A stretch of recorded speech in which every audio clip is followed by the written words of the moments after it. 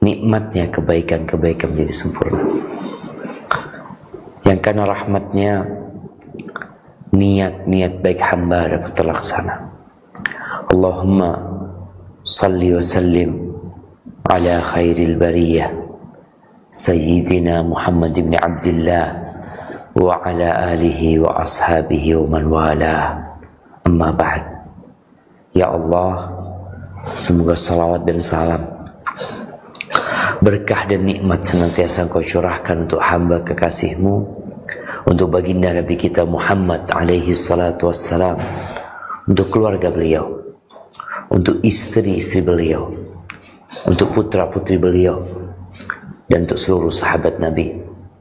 Semoga Allah meridhai kita bersama mereka. Masya Allah, jazakallah khair. Syukran. Amma ba'd, ahibati fillah. Kita telah menyelesaikan tafsir surat Al-Fajr. Kita tahu di akhir surat Al-Fajr itu Allah berbincang tentang an-nafsul mutmainnah, tentang jiwa yang damai, yang tentram dengan ketaatan kepada Allah Azza wa Jalla. Bagaimana akhir cerita jiwa yang damai? Allah katakan kepadanya, fadkhuli fi ibadi wadkhuli jannati. Masuklah ke dalam hamba-hambaku dan masuklah ke dalam surgaku. Subhanallah, Allah Jalla Jalaluh menisbatkan itu surga kepada diri. Dan kita tahu surga adalah tempat yang paling diharapkan oleh setiap hamba. Dari perjuangan kita selama hidup di dunia, dari pengorbanan kita yang terkadang membuat sebagian putus asa menghadapi kondisi yang ada, maka kemudian kita masuk ke surah Al-Balad, di mana Allah Azza wa Jalla bersumpah demi sebuah negeri yang indah.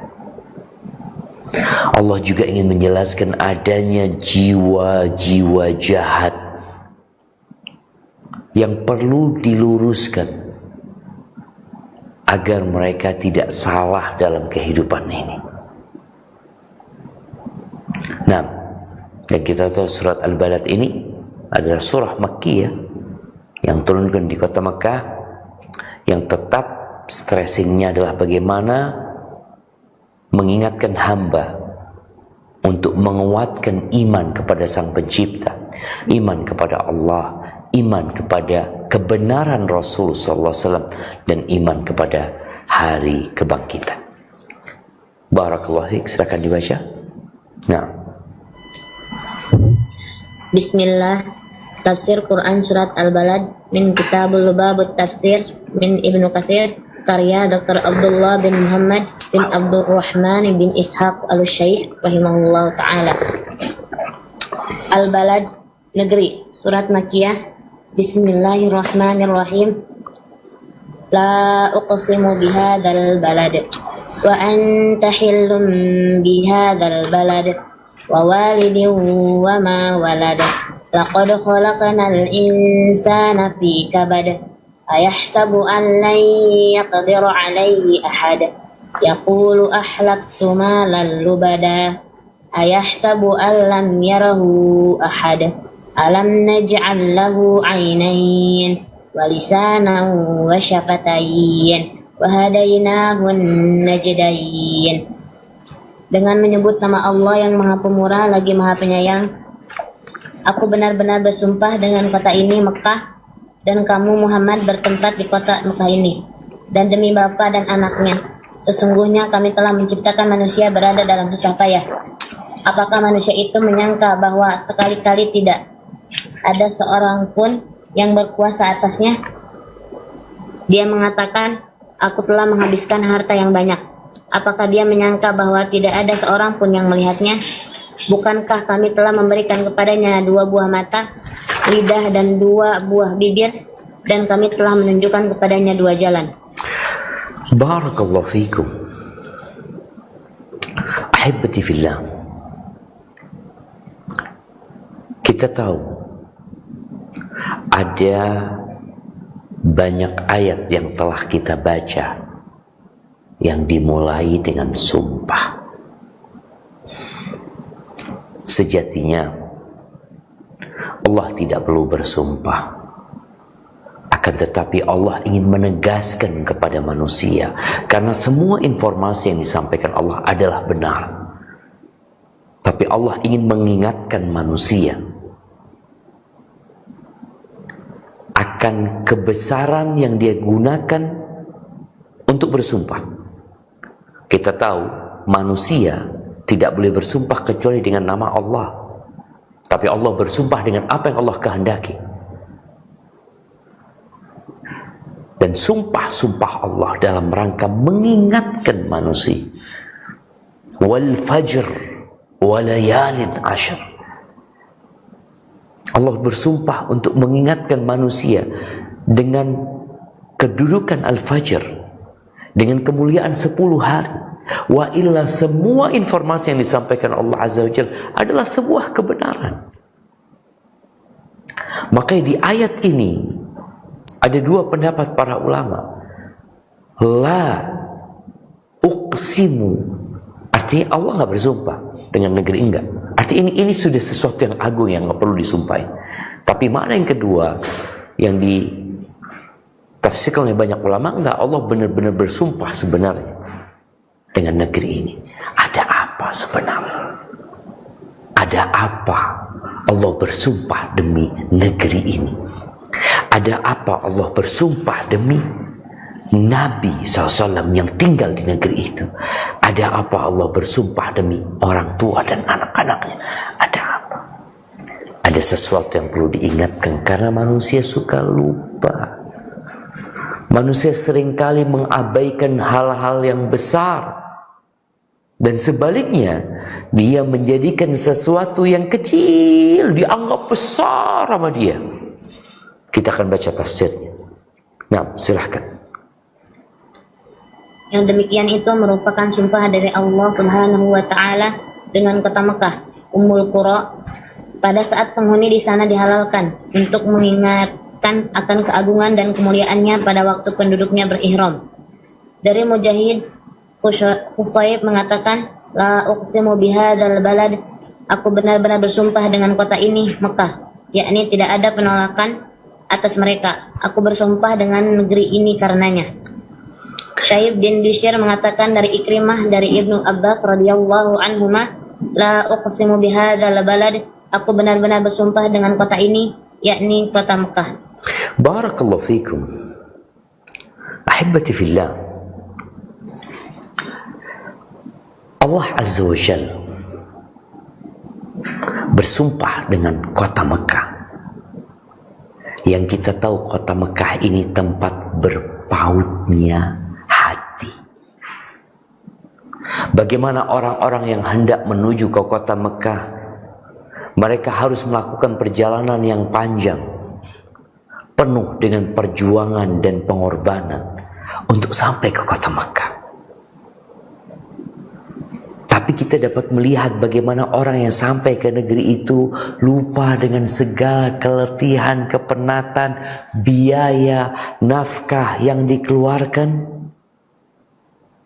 Karena memang negeri ini negeri yang sangat spesial. Di surat At-Tin, Allah bersumpah mengatakan wa hadzal baladil amin, demi negeri yang aman. Tapi di sini Allah tidak menyebutkan tentang keamanan negeri ini, tapi Allah menyebutkan tentang keutamaan negeri ini, keagungan negeri ini, yang seharusnya orang-orang yang tinggal di Mekah, kita tahu, ingat ayat ini turun tatkala ada Abu Jahal, tatkala ada Abu Lahab, tatkala penentang-penentang dakwah itu hidup di tempat itu.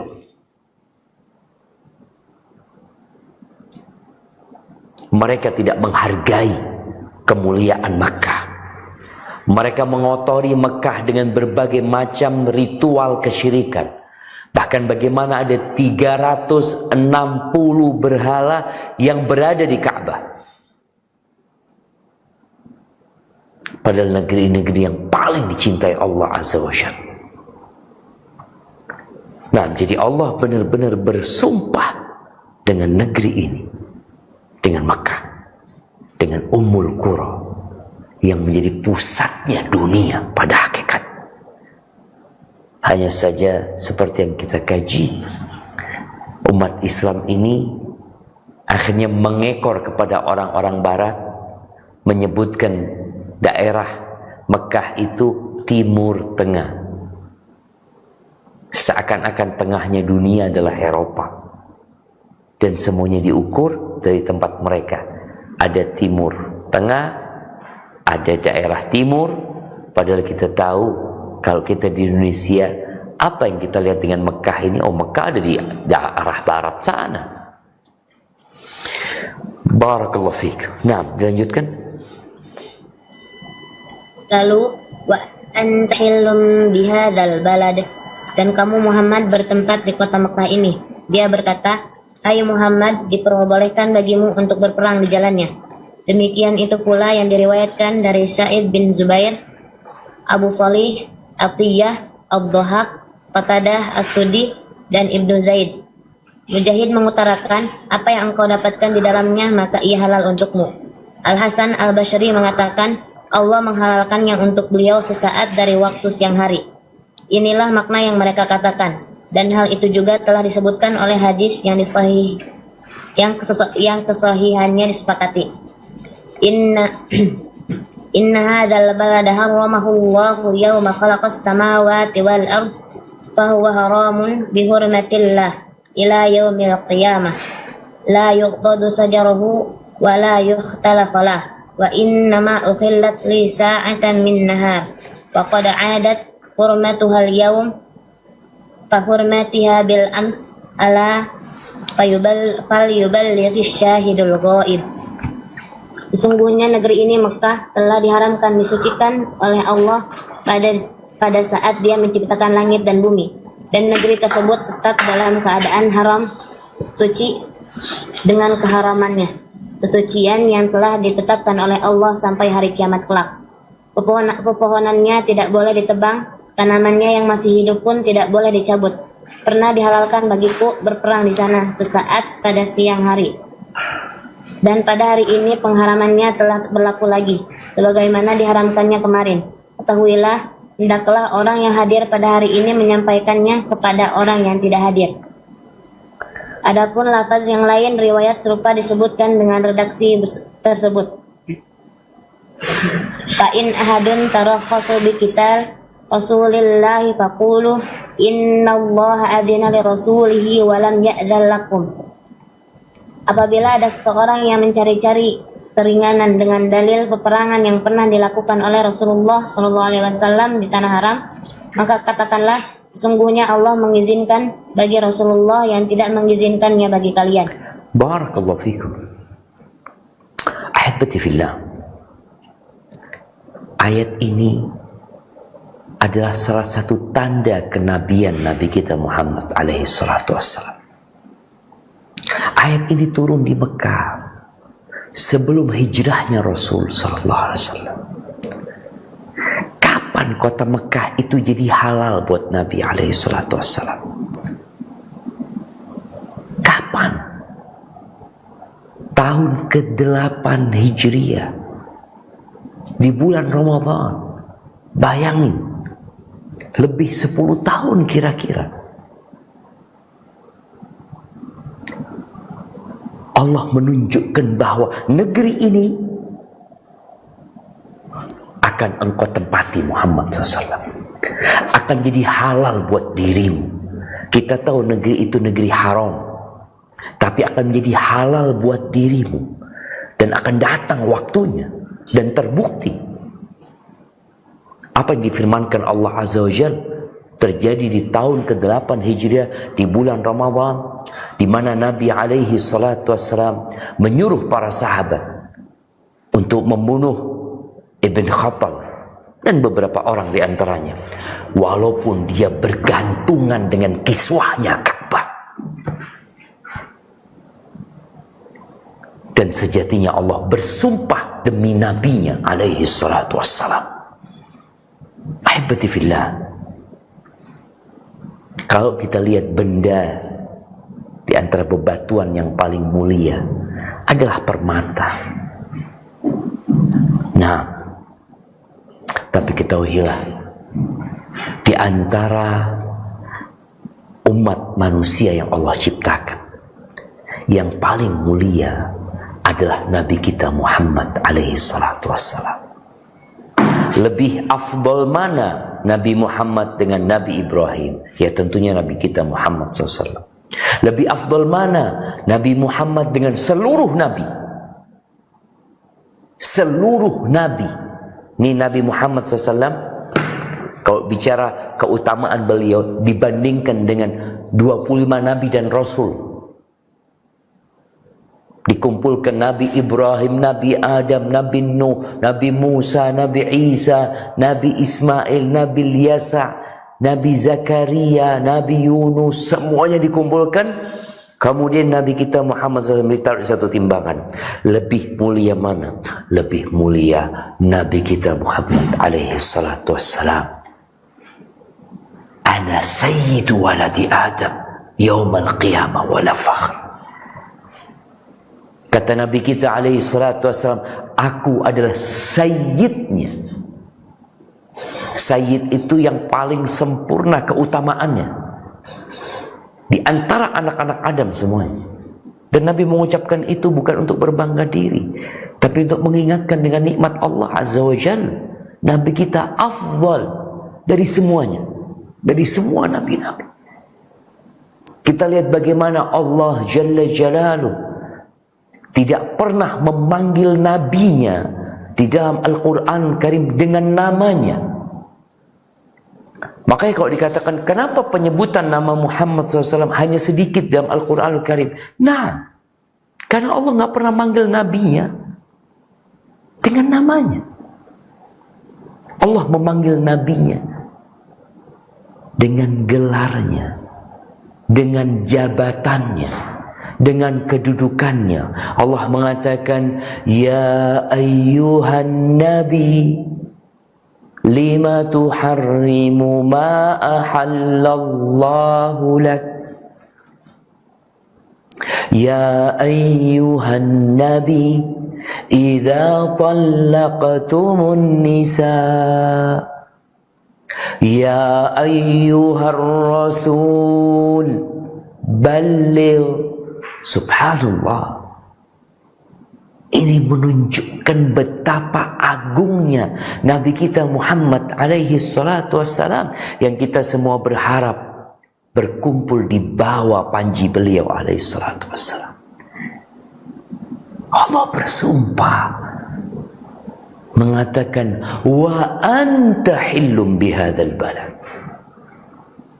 Lebih afdal mana Nabi kita Muhammad alaihi salatu wassalam dengan arsy Allah Azza wa Jalla? Lebih mulia mana? Kalau bicara arsy Allah itu a'zamul makhluqat, ciptaan Allah yang paling besar. Paling besar ya arsy Allah. Tapi kalau bicara afdalul makhluqat, siapa? Nabi kita Muhammad alaihi salatu wassalam, yang Allah berkata, innallaha wa malaikatahu yusalluna 'alan nabi. Sesungguhnya Allah dan para malaikatnya bersolawat buat Nabi, buat Nabi kita Muhammad alaihi salatu wassalam. Allah bersolawat, malaikat-malaikat Allah bersolawat. Lalu Allah katakan, ya ayyuhalladzina amanu sallu alaihi wa sallimu taslima. Kita perlu bangga, bersyukur kepada Allah menjadi umatnya Nabi alaihi salatu wassalam. Maka kita lihat bagaimana Allah bersumpah, wa anta hillum bihadzal balad. Engkau tinggal, halal bagimu negeri ini di saat haram sepanjang masa itu yang namanya kota Mekah. Secara khusus Allah halalkan buat Nabi sallallahu alaihi wasallam. Makanya kalau ada orang yang mengatakan, oh kan pernah perang di kota Mekah, maka apa kata Nabi SAW? Fa in ahadun tarakhasa biqitali Rasulillah. Kalau ada orang yang mencari-cari keringanan dengan peperangan yang dilakukan Rasulullah SAW di kota Mekah, faqulu, katakan kepada mereka, innallaha adzina li rasulihi, sesungguhnya Allah memberikan izin untuk Rasulnya, walam ya'dzan lakum, dan Allah tidak memberikan izin kepada kalian. Allah memberikan izin kepada makhluk yang paling mulia.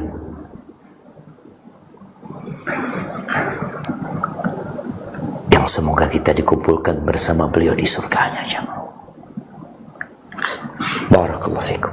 Nah, lanjutkan. Dan firman Allah Jalla wa'ala, wa walidin wa ma walad, dan demi bapa dan anaknya.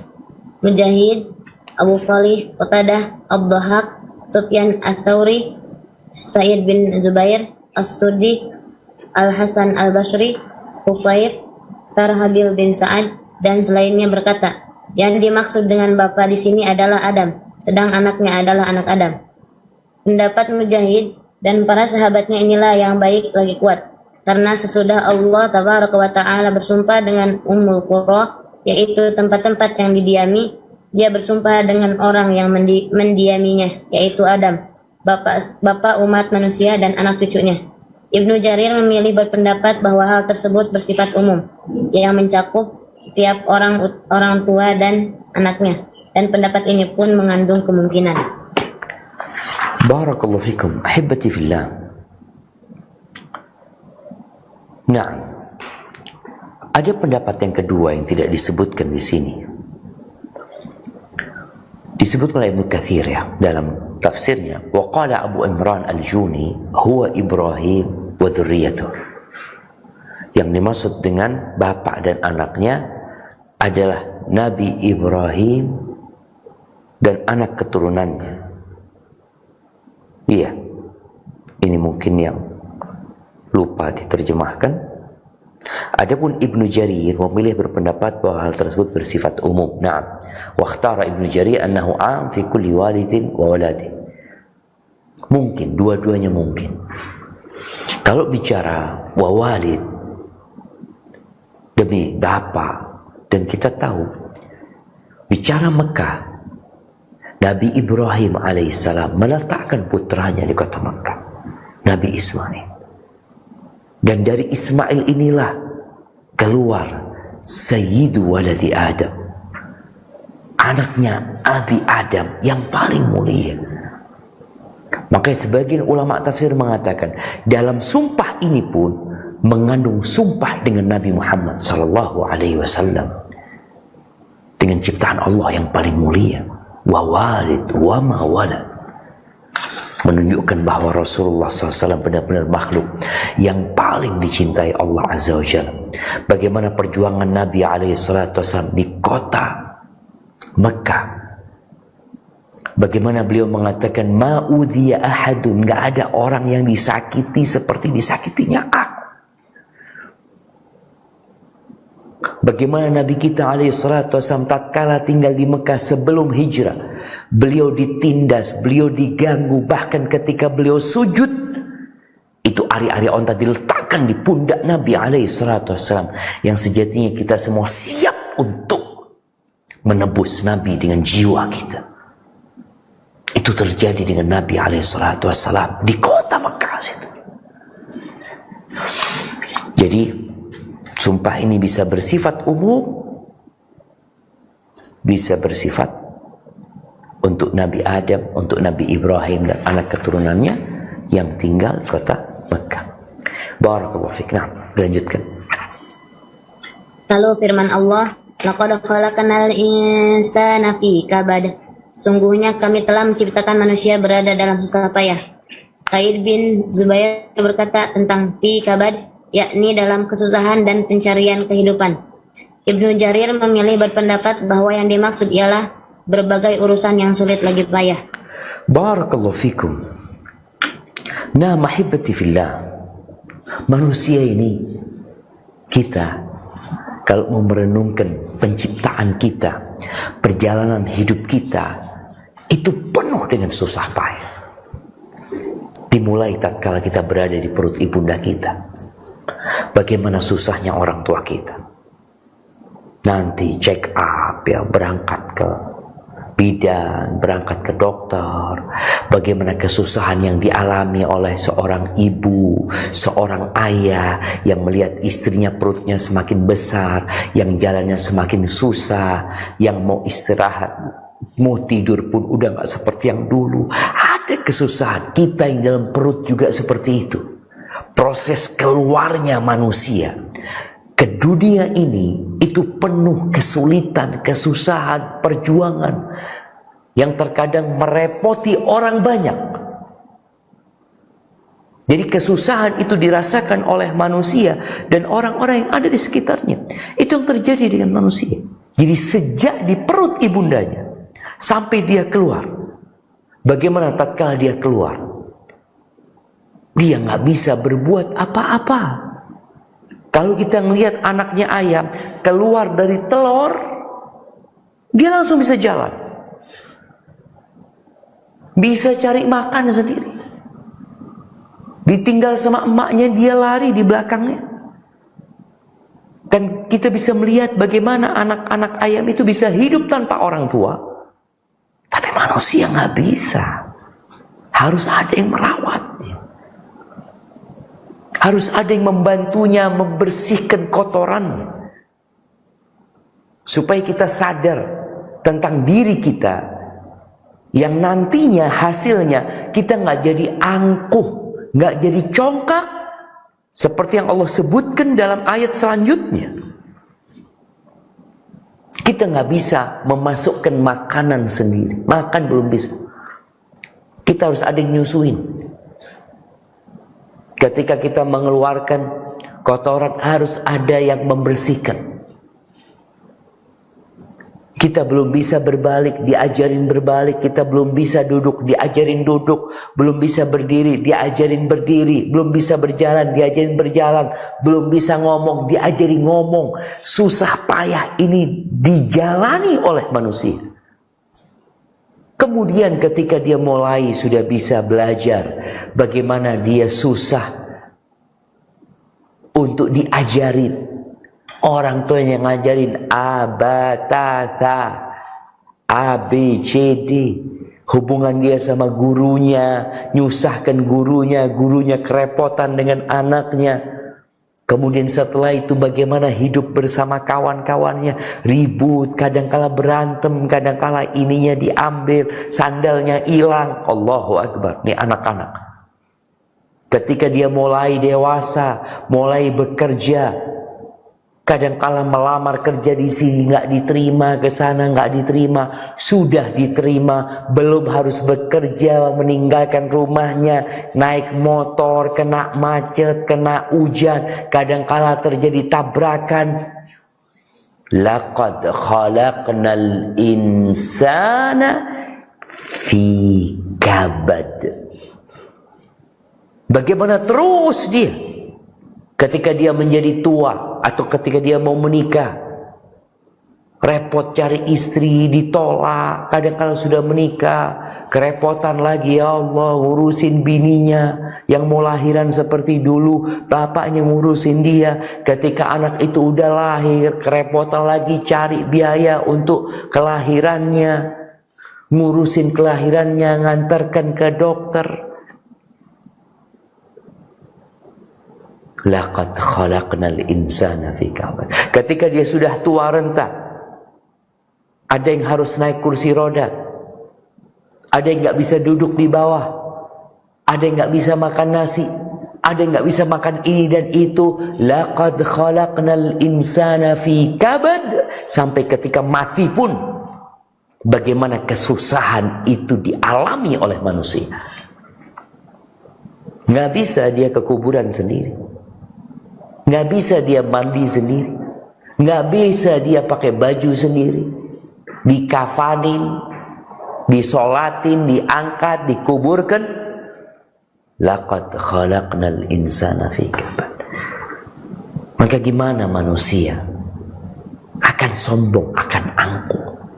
Wallahi jamaah, ingat nih, kalau bukan karena pertolongan Allah, kalau Allah serahkan kita kepada diri kita sendiri, tanpa bantuannya binasa kita.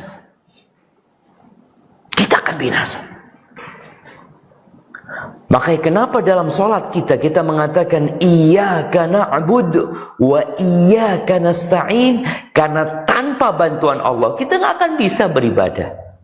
Kita nggak akan bisa berbuat apa-apa. Makanya seharusnya manusia ini sadar tentang penciptaan dirinya, sehingga hilang segala rasa besar, rasa mampu. Kenapa? Laqad khalaqnal insana fi kabad. Nah, tapi terkadang ada manusia-manusia yang seperti binatang. Maka coba kita lanjutkan apa kata Allah Azza wa Jalla. Firman Allah selanjutnya, ayahsabu an la yaqdiru alaihi ahad. Apakah manusia itu menyangka bahwa sekali-kali tidak ada seorang pun yang berkuasa atasnya? Al-Hasan Al-Basri berkata, yakni mengambil hartanya.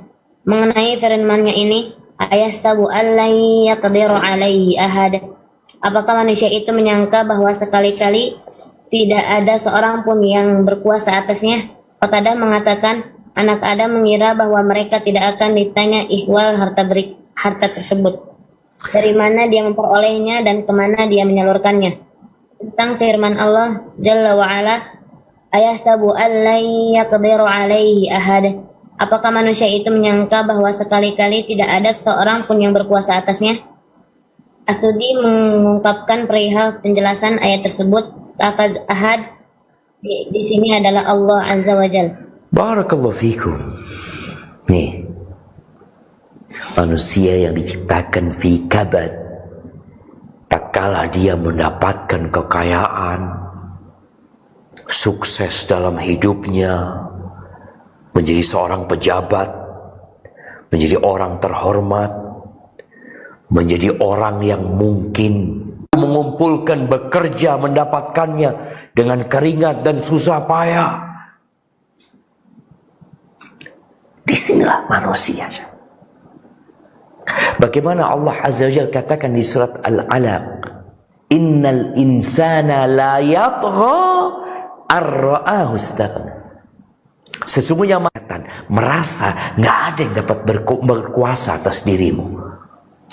Engkau siapa? Engkau tidak melihat proses kehidupanmu sehingga engkau berada di satu kedudukan ini. Engkau berada di sebuah jabatan, engkau menjadi orang yang terhormat. Engkau tidak melihat proses bagaimana engkau keluar dari perut ibundamu. Engkau tidak mampu berbuat apa-apa. Bagaimana engkau menyusahkan orang lain. Kemudian engkau merasa nggak ada yang berkuasa atas dirinya. Engkau berpikir harta yang engkau kumpulkan, yang engkau timbun, engkau tidak akan ditanya. Nih, sebagian manusia kayak gitu jemaah. Baik, dilanjutkan. Dan kemudian firman-Nya, yaqulu ahlaktu malal lubada. Dia mengatakan, aku telah menghabiskan harta yang banyak. Maknanya, anak Adam mengatakan, aku telah membelanjakan harta yang cukup banyak. Demikian itu yang dikemukakan oleh Mujahid, Al-Hasan, Qatadah, As-Sudi, dan lainnya. Barakallahu fikum. Nah, mahibbati fillah, sebagian pemuka-pemuka Quraisy yang mereka terhormat di kaumnya, yang dimuliakan oleh kaumnya, biasanya mereka menjadi mulia, terhormat karena suka royal orangnya. Dia suka membagikan hartanya. Maka dia mengatakan, yaqul ahlaktu malal lubada. Banyak harta yang aku infakkan. Memberi makan jemaah haji. Memuliakan tamu. Yang terkadang dia infakkan harta dalam rangka mematikan cahaya Allah Azza wa Jal. Dia katakan itu. Dia merasa nggak ada yang berkuasa, nggak ada yang berhak menanyakan dari mana aku dapat harta ini, kemana aku belanjakan, nggak ada. Itu milikku, itu usahaku, aku keluarkan semauku. Dan kita melihat sebagian manusia yang membelanjakan hartanya semau dia dalam kemaksiatan, dalam kemungkaran. Lalu dia berpikir nggak ada yang menguasai dia. Dia kebal hukum. Nggak ada yang menangkap dia. Nggak ada yang akan memproses dia. Hei manusia, engkau siapa? Engkau diciptakan dari apa? Apa sebenarnya kekuatan dan kekuasaan? Kalau engkau dikasih penyakit, engkau dikasih petaka, engkau gak mampu berbuat apa-apa. Berangkat ke rumah sakit di Singapura, ke Malaysia, ke London, menunjukkan engkau itu lemah. Tapi terkadang tadi gara-gara kaya, gara-gara memiliki jabatan dan kedudukan, jadi lupa diri. Nah, apa kata Allah Azza wa Jalla selanjutnya? Ayahsabu allam yarahu ahad. Apakah dia menyangka bahwa tidak ada seorang pun yang melihatnya? Mujahid berkata, yakni apakah dia mengira Allah tabaraka ta'ala tidak melihat dirinya? Demikian itu juga perkataan ulama salaf yang lainnya. Barakallahu fikum, ahibati fillah. Ayat ini perlu menjadi renungan buat kita semua. Dimanapun kita berada, walaupun tidak ada yang mengawasin kita dalam pekerjaan kita. Ini buat orang-orang yang berkuasa, bagaimana mereka melakukan korupsi, bagaimana mereka merusak negeri ini dengan berbagai cara yang selalu ada usaha dari mereka, jangan ada yang melihat, jangan ada yang tahu. Sehingga terkadang transaksi-transaksi zalim ini dilakukan di tempat-tempat yang memang jauh dari kamera, jauh dari pandangan manusia, dilakukan di tempat-tempat yang aman, yang dia berpikir nggak ada polisi, nggak ada KPK.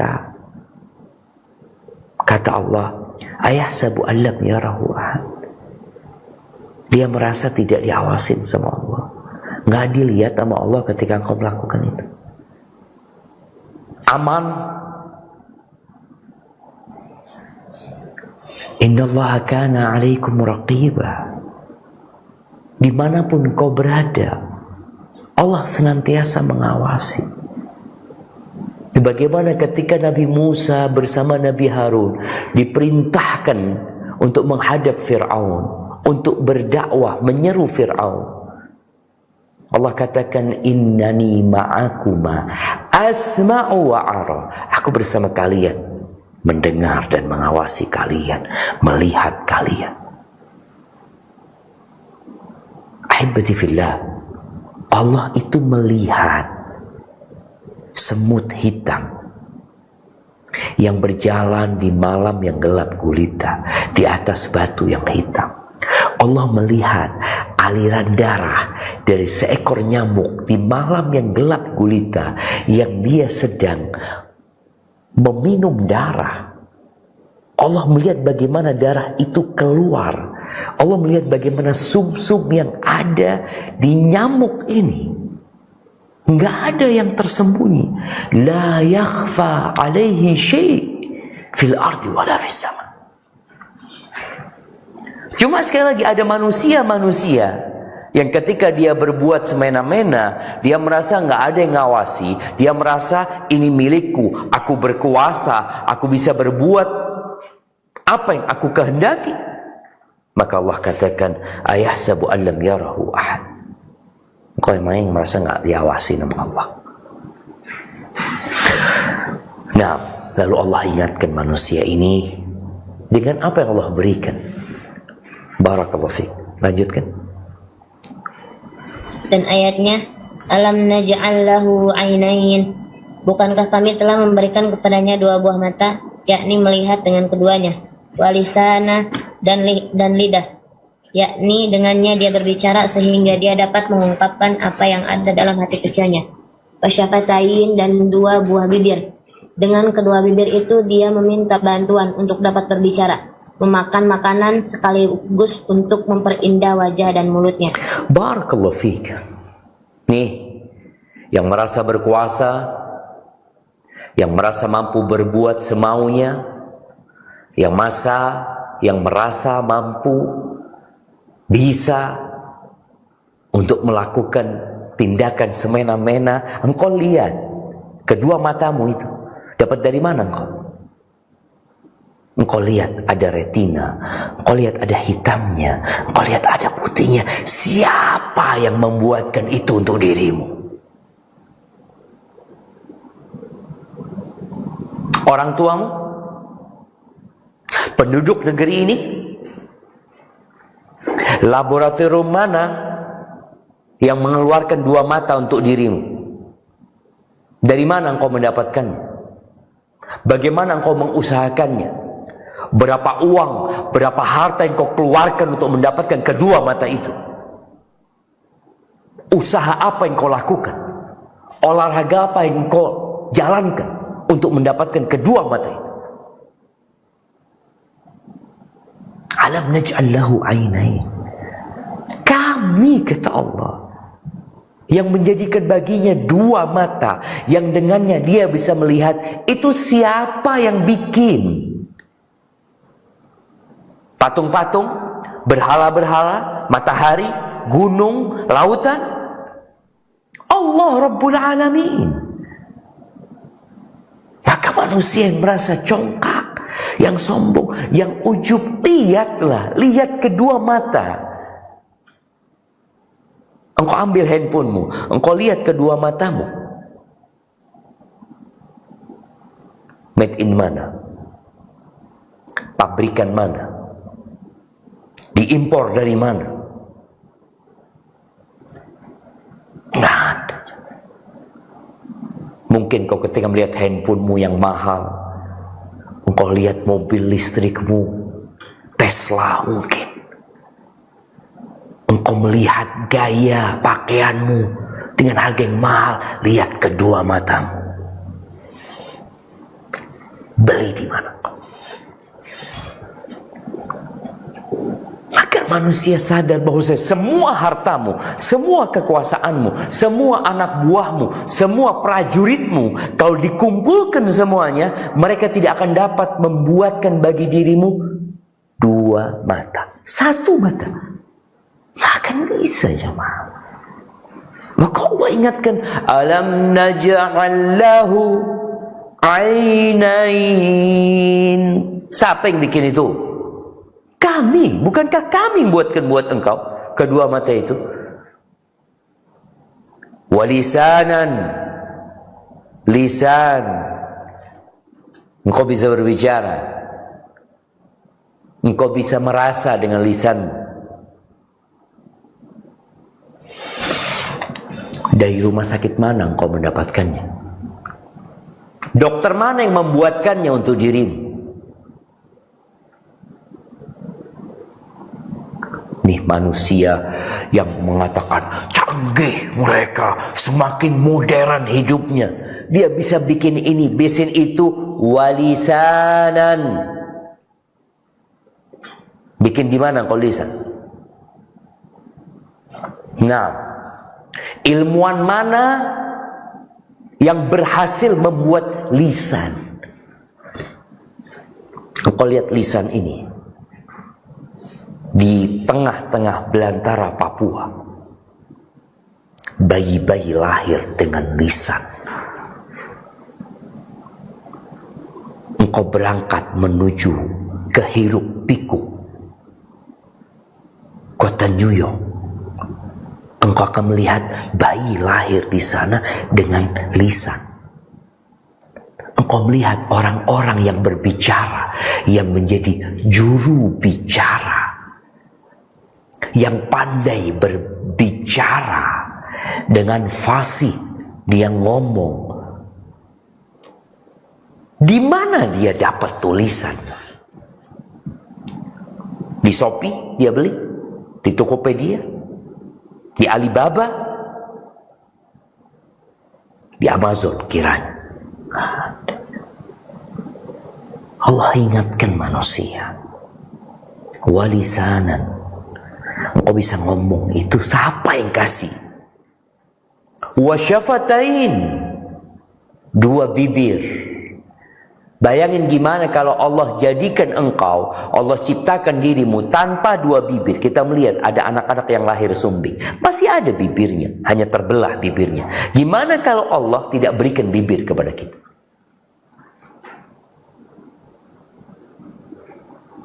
Engkau bisa bayangin ketika bibir ini dipotong, akan kelihatan itu gigimu. Engkau akan sulit berbicara. Engkau akan pakai masker selalu menutupi mulutmu. Allah jadikan bibir. Ini sesuatu yang melekat sama kita, yang tiap hari kita gunakan. Allah tidak mengingatkan dengan kedua tangan, dengan kedua kaki lah.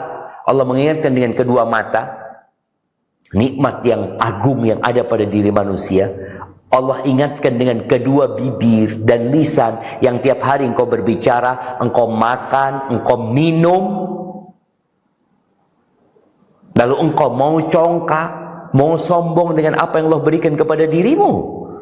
Maka Allah ingatkan. Kedua mata. Ayolah, ayyuhal insan, wahai manusia, engkau harus sadar. Wallah, harta itu gak ada gunanya. Semua hartamu, semua kedudukanmu, kalau engkau mau bandingkan dengan nikmat mata, kalau engkau ditawarin, gimana kalau bapak diambil kedua matanya, jadi presiden tapi gak punya dua mata? Mau? Aduh enggak lah, saya asal jadi rakyat jelata, yang penting punya dua mata.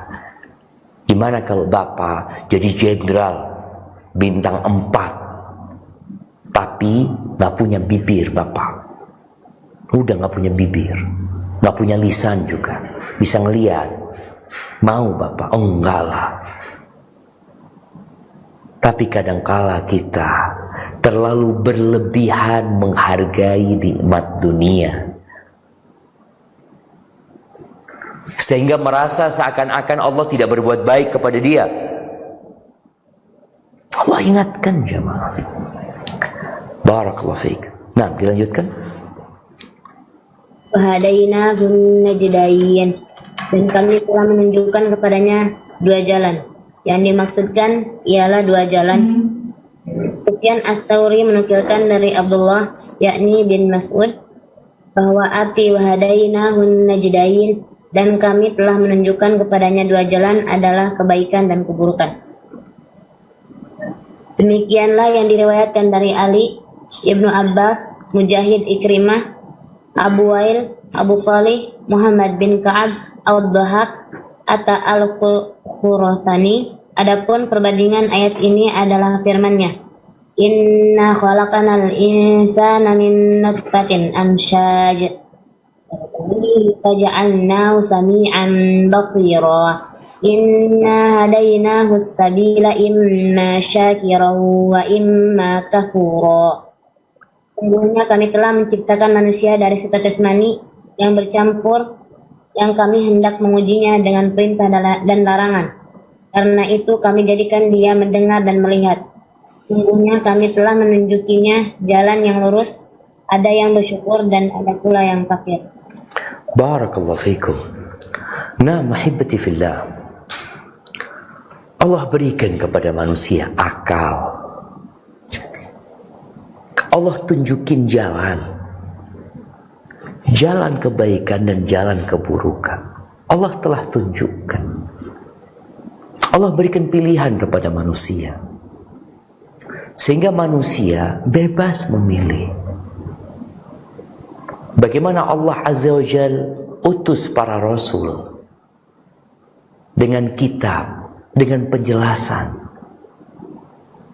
Allah utus Nabi Nuh alaihissalam 950 tahun beliau berdakwah, ngasih tahu jalan kebaikan, dikasih tahu ini loh jalan yang nggak boleh. Tapi sebagian manusia menolak, sehingga Allah tenggelamkan bumi ini. Allah utus Nabi Ibrahim dengan petunjuk yang agama yang benar. Dia sampaikan kepada orang tuanya, kepada ayahandanya, tapi ternyata ditolak. Nggak ada alasan bagi manusia untuk menyanggah nanti pada hari kiamat.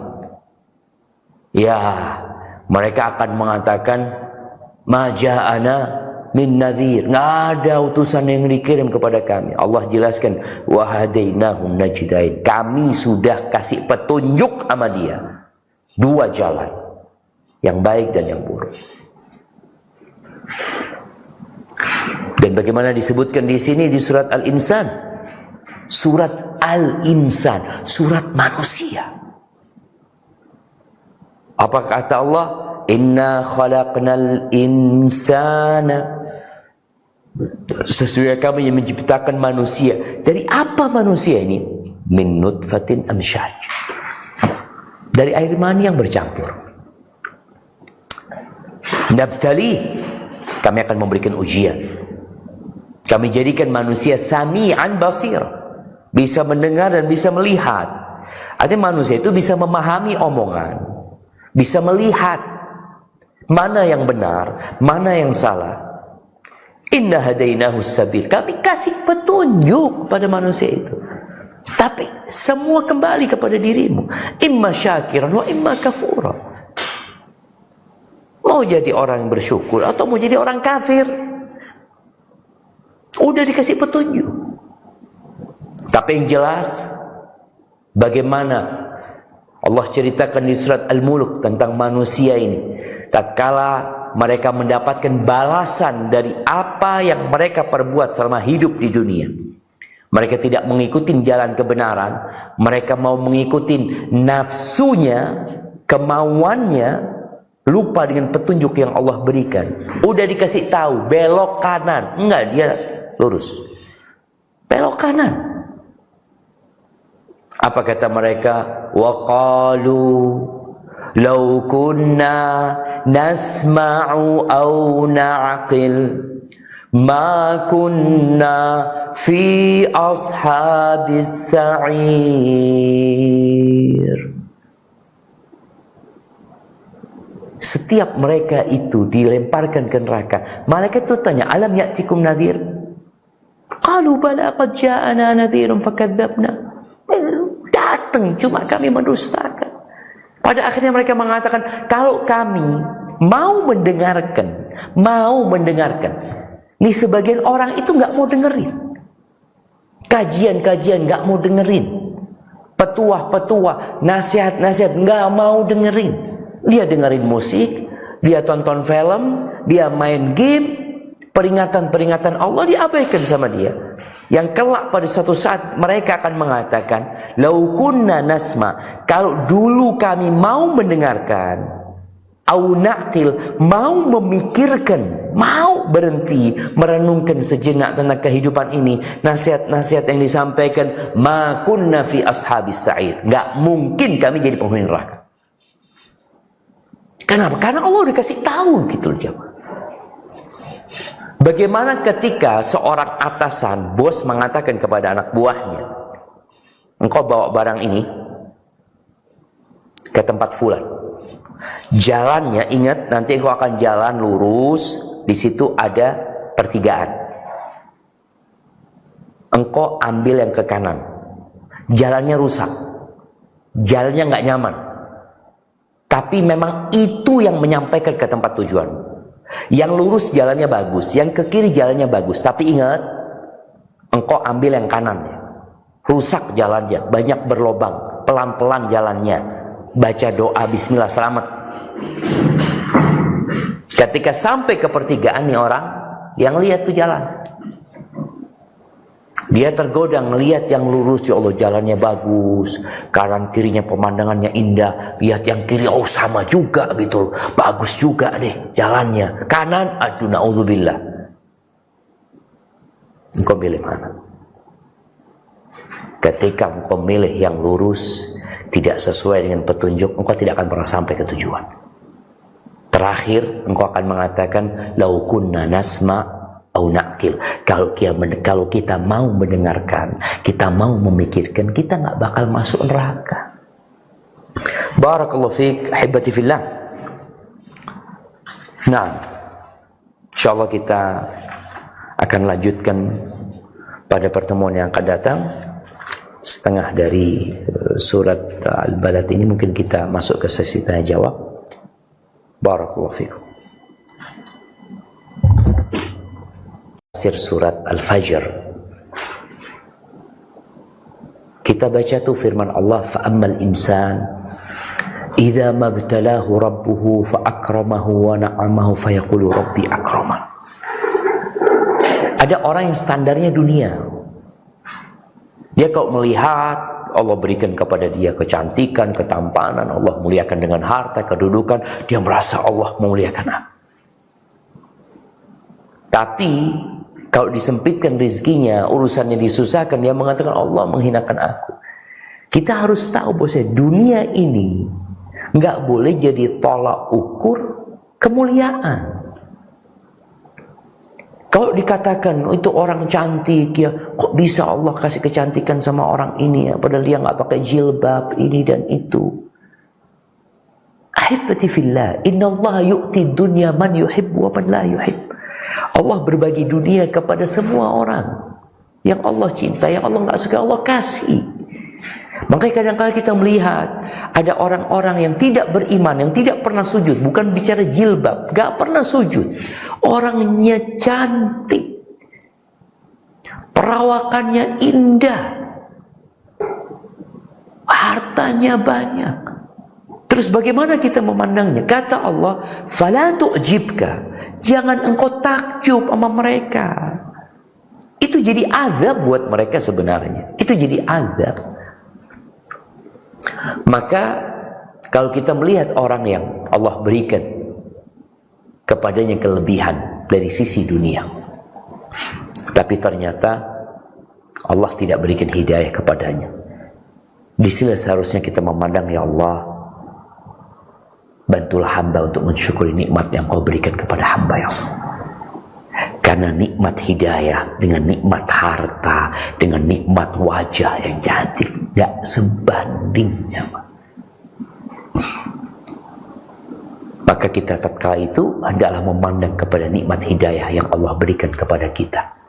Sehingga kita memandang dunia ini, Allah, kita lihat nih betapa hinanya dunia ini, sampai Allah berikan kepada orang-orang yang gak beribadah, Allah kasih dunia. Sedangkan iman Allah tidak berikan kecuali kepada orang yang Allah cintai. Kemudian kita perlu menata hati kita dengan cara memandang kepada yang di bawah kita. Kalau dalam urusan akhirat, lihatlah kepada yang di atas. Tapi urusan dunia, lihat kepada yang di bawah kita. Ada banyak orang-orang yang di bawah kita, yang itu akan membuat kita insya Allah akan lebih bersyukur kepada Allah Azza wa Jalla dan tidak meremehkan nikmat yang Allah berikan. Barakallahu fiik. Nama Ustadz, jazakumullah khairan Ustadz. Pertanyaan berikutnya Ustadz. Assalamualaikum warahmatullahi wabarakatuh. Waalaikumsalam warahmatullahi wabarakatuh. Menyambung pertanyaan yang pekan lalu Ustadz, sisa uang duka yang diterima dari sumbangan untuk siapakah Ustadz? Demikian Ustadz, jazakumullah khairan Ustadz. Untuk siapakah? Nggak tahu. Jadi kalau kita melihat uang yang diberikan itu, kita akan tahu dari tradisi dan budaya yang ada. Kalau menurut budaya yang ada, buat siapa biasanya Ummu Nadia? Biasanya kan untuk keperluan jenazah gitu ya Ustadz ya, terus mungkin untuk urusan di rumah gitu ya Ustadz ya, untuk tamu atau apa gitu ya Ustadz ya. Iya, artinya kan kita sudah tahu dalam tradisi kita bahwasanya uang itu diberikan kepada siapa. Ana nggak terlalu tahu. Kalau tadi dikatakan sebagian untuk ngurus jenazah umpamanya ya, sebagian memang ya untuk kehidupan keluarga tersebut di sana.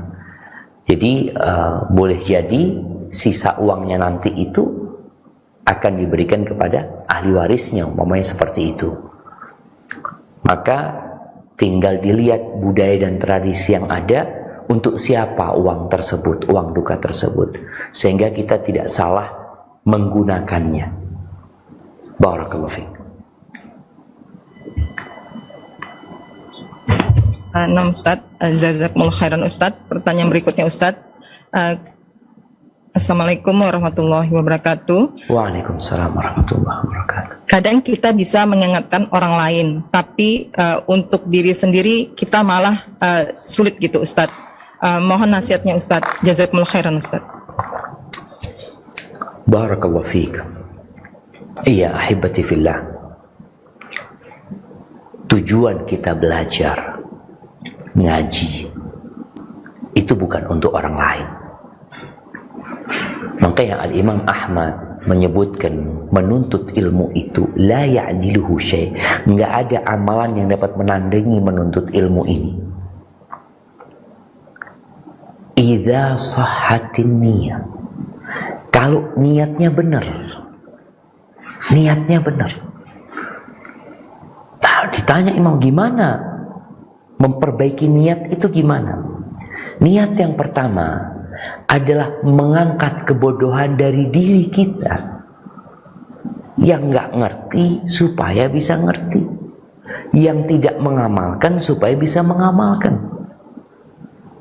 Ketika dari awal niat kita adalah mengangkat kebodohan dari diri kita, menyelamatkan diri kita, insya Allah kita akan termotivasi untuk mengamalkan. Baru setelah itu, niat selanjutnya adalah mengangkat kebodohan dari saudara kita. Tapi terkadang sebagian kita belajar niatnya, ana mau ngajarin orang, ana ingin sampaikan kepada keluarga ana. Taib, itu yang kedua. Tahapannya ketika orang belajar, bagaimana engkau mengangkat kebodohan dari diri. Kesempurnaan manusia itu dengan dua hal, kata Ibnu Qayyim rahimahullahu ta'ala. Yang pertama, dengan ilmu. Yang ilmu itu membuatnya tahu mana yang boleh dan mana yang nggak boleh. Dengan ilmu itu dia jadi melihat mana yang hak dan mana yang batil.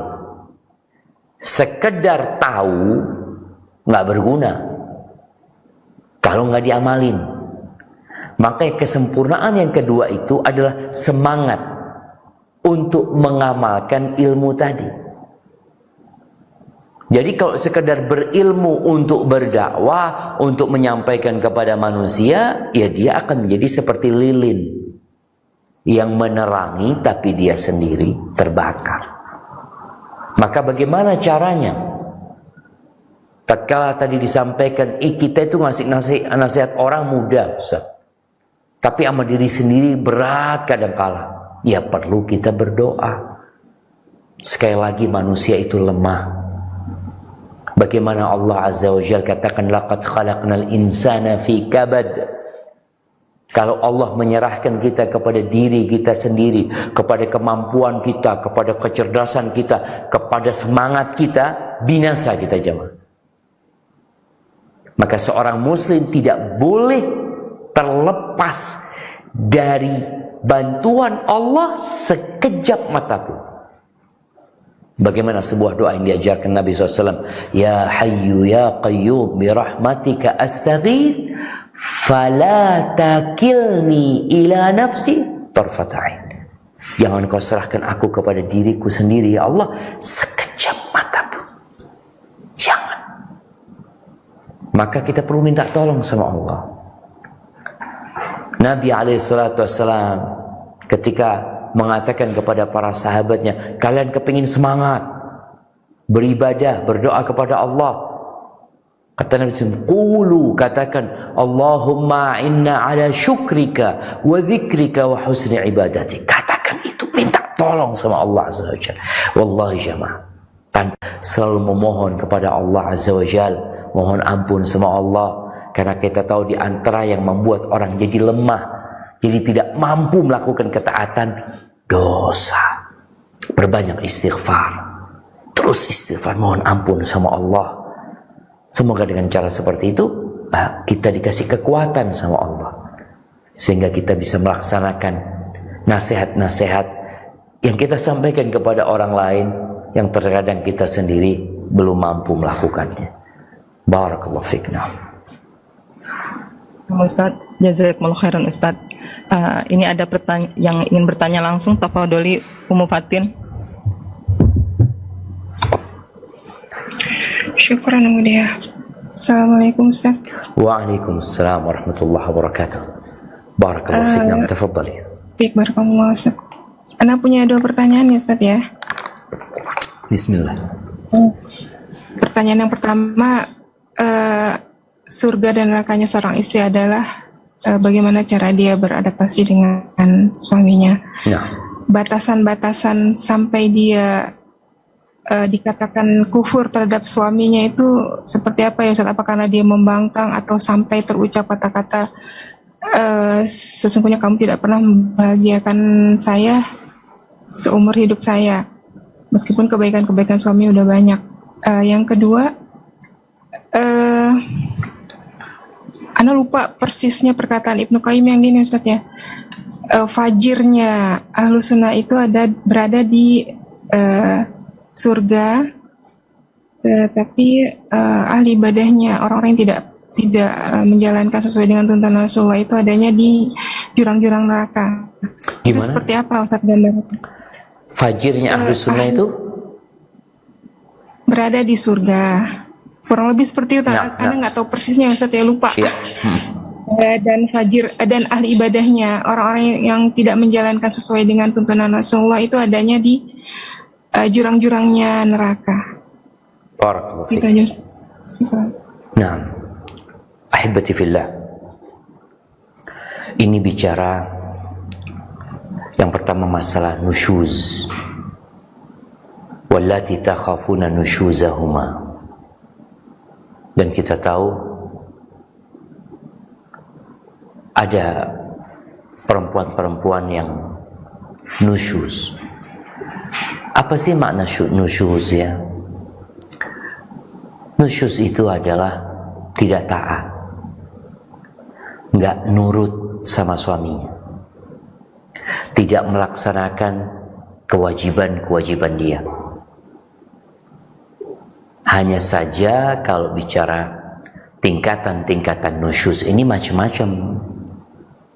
Tapi yang jelas ketika seorang perempuan tidak taat sama suaminya, mengangkat suara dengan tidak menghargai suaminya, kemudian dia tidak memberikan hak suaminya ketika hendak menggauli dia, maka ini masuk dalam nusyuz perempuan tadi. Maka tatkala berbicara tentang surganya seorang wanita, Nabi SAW menekankan kepada sahabat perempuan ini unduri aina anti minhu, engkau lihat bagaimana sikapmu kepada dia. Kenapa? Fa innama huwa jannatuki aw naruki, suamimu itu surgamu atau neraka. Maka pentingnya seorang istri tahu dengan kewajiban-kewajiban dia, sehingga dia tidak masuk dalam nusyuz. Tapi di sisi lainnya, bukan berarti perempuan ini tidak melakukan kesalahan. Perempuan itu sama dengan laki-laki. Kullu bani Adam khata'. Namun bagaimana sikap seorang wanita ketika dia melakukan kesalahan, ketika dia menyakiti suaminya? Rasulullah SAW ketika menyebutkan tentang perempuan penghuni surga dari istri-istri kalian adalah kullu waludin wadudin a'ud, perempuan yang penyayang, yang banyak anak. Perempuan ini sadar dia akan datang kepada suaminya di saat dia menyakiti suaminya, dia melakukan nusyuz, dia akan mengatakan kepada suaminya dengan memegang tangannya, la adzuku bi ghumdin hatta tarda, aku tidak akan memejamkan mata sampai kau ridha sama aku. Artinya ada kondisi perempuan melakukan kesalahan. Kalau tadi yang disebutkan tentang sifat perempuan yang sampai mendustakan kebaikan-kebaikan suaminya, ya ini puncaknya ya. Ketika lupa dengan segala kebaikan, dia menganggap suaminya adalah kesalahan semuanya. Maka ini tentu tingkat nusyuz yang tinggi. Akan tetapi seorang suami kadangkala tahu dengan sifat perempuan ini, sadar dengan kelemahannya, sehingga dia bersabar menghadapi istri-istrinya. Adapun berkaitan dengan Ahlus Sunnah wal Jamaah, yang fajir dari Ahlus Sunnah wal Jamaah, begini jamaah. Kita bicara surga dan neraka. Allah Azza wa Jalla menyebutkan bahwa surga itu disediakan buat orang-orang yang bertakwa. Uiddat lil muttaqin. Dan kondisi manusia, imma dia itu kafir, imma dia itu mukmin yang taat kepada Allah Azza wa Jalla, imma dia mukmin yang ahli maksiat. Jadi ada kafir, ada kemaksiatan yang dilakukan manusia, ada orang yang benar-benar beriman. Sehingga kalau bicara Ahlu Sunnah wal Jamaah, kita tahu surga Allah Azza wa Jal itu bertingkat-tingkat. Sehingga ada Al-Muqarrabun, ada Ashabul Yamin. Kalau dikatakan orang-orang yang fajir dari Ahlus Sunnah wal Jamaah, dia tahtal masyiah, dia berada di bawah kehendak Allah Azza wa Jalla. Nanti akan ditimbang amalannya. Selama dia itu tidak melakukan kesyirikan, maka ada kesempatan masuk surga. Ada kesempatan, tapi juga diancam masuk neraka. Kalau dikatakan yang fajir dari Ahlus Sunnah wal Jamaah, diancam masuk neraka. Bagaimana Rasul SAW menyebutkan tentang adanya manusia-manusia yang masuk neraka sampai gosong di neraka, lalu dimasukkan ke surga. Jadi Ibnu Qayyim mungkin berbicara tentang akhir cerita orang yang fajir dari Ahlus Sunnah, selama dia masih beriman, tidak melakukan kesyirikan, akhir ceritanya masuk surga. Iya. Karena man qala la ilaha illallah, barang siapa yang mengatakan la ilaha illallah, ada kesempatan masuk surga. Ini akhir cerita. Tapi diancam masuk neraka dengan dosa-dosanya, dengan kefajirannya. Nah, diancam. Adapun orang kalau sudah menyimpang dari jalan Islam, keluar dari Islam ini, ya nggak ada harapan masuk surga sama sekali, walaupun orang soleh. Kalau dia tidak mengatakan la ilaha illallah. Karena kita melihat ada orang-orang yang ahli ibadah, tapi dia udah keluar dari agama Allah ini gitu loh. Mungkin seperti itu maksudnya, wallahu a'lam bishawab. Nah Ustadz, jazakumullah khairan Ustadz. Pertanyaan selanjutnya Ustadz, Assalamualaikum warahmatullahi wabarakatuh. Waalaikumsalam warahmatullahi wabarakatuh. Kenapa di dalam Al-Quran Maryam disebut Ukhta, saudara perempuan Harun, Ustadz? Apakah Maryam bersaudara dengan Harun dan Musa, Ustadz? Jazakumullah khairan, Ustadz. Barakallahu fiik. Nah, ahibati fillah, ya ukhta Harun, ma kana abuki imra'asaw. Saudara Harun, padahal Maryam ini nggak punya saudara. Dia anak tunggal. Bagaimana ibundanya ingin punya anak, ya. Jadi para ulama menyebutkan bisa jadi penyebutan saudara ini saudara dalam keimanan untuk menunjukkan. Ada juga yang mengatakan Harun itu nama salah seorang yang ahli ibadah di kalangan mereka, untuk menunjukkan engkau itu saudara dalam ketaatan sama dia itu orang yang taat dan engkau itu orang yang taat gitu loh. Maka dikatakan garis keturunanmu adalah orang-orang yang soleh, dan engkau juga dalam kondisi perempuan yang soleha gitu. Seperti itu. Jadi maksudnya dia bukan saudaranya Nabi Harun, karena kalaupun saudara ya saudara dalam keislaman ya. Karena antara Maryam dengan Nabi Harun dan Nabi Musa ini jaraknya jauh sekali, jamaah. Jauh sekali. Bagaimana kita tahu Nabi Musa alaihissalam, di antara Nabi Musa dengan Nabi Isa ini ada Nabi Daud, Nabi Sulaiman, ya. Seperti itu, mereka adalah Anbiya Bani Israel.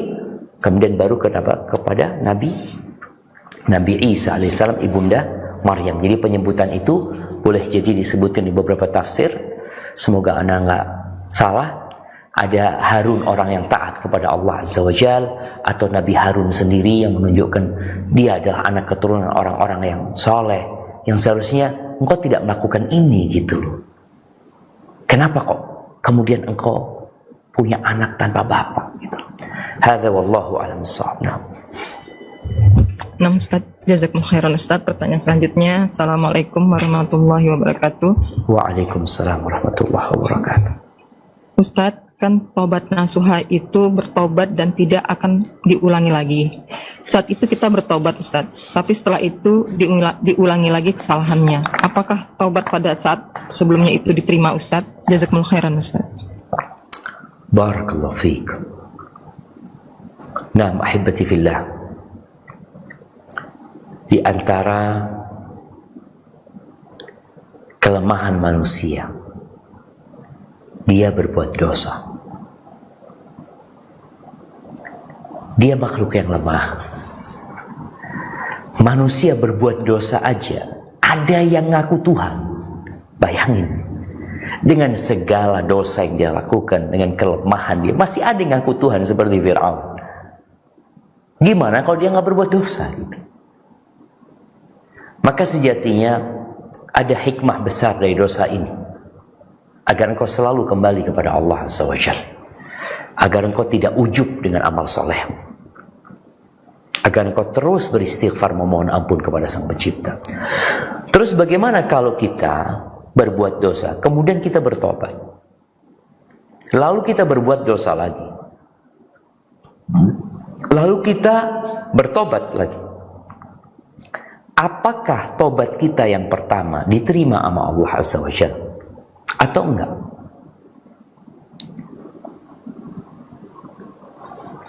Nah, ahibati fillah, Allahumma rahmat, afwan.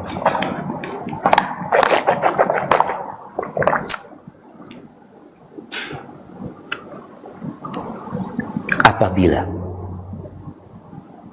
syarat-syarat tobat terpenuhi, maka insya Allah diterima sama Allah Azza wa Jalla. Dia menyesal, dia meninggalkan itu dosa, dan dia bertekad untuk tidak mengulangi. Ingat, dia bertekad untuk tidak mengulangi. Kemudian dia benar-benar meninggalkan dosa tersebut. Dengan berjalannya waktu, iman itu naik turun. Kemudian dia tergoda lagi, lalu dia berbuat dosa yang sama yang dia sudah bertobat sebelumnya. Apakah kalau dia bertobat lagi akan diterima? Nah, kita berharap Allah menerima.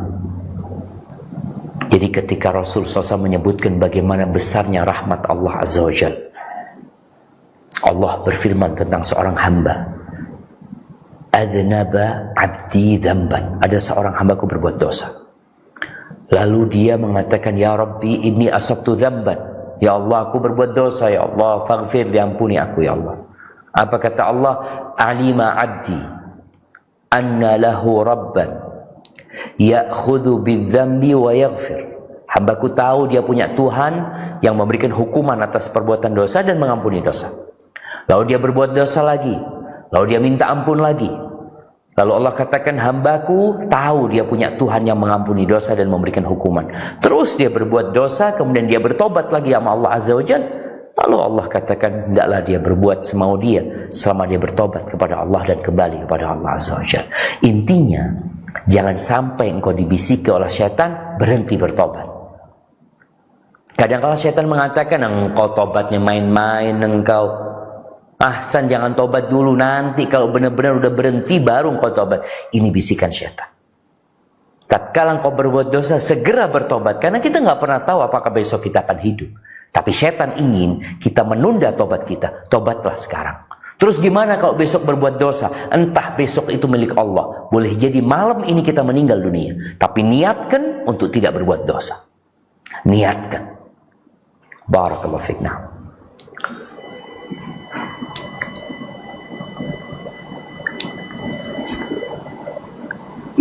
Ustadz, jazakumullah khairan Ustadz.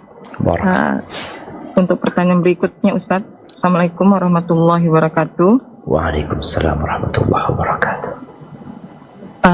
Ustadz, bagaimana jika dalam diri kita Ustadz ada rasa takut untuk menasihati orang lain Ustadz? Karena diri kita sebenarnya belum baik Ustadz. Demikian Ustadz, jazakumullah khairan Ustadz.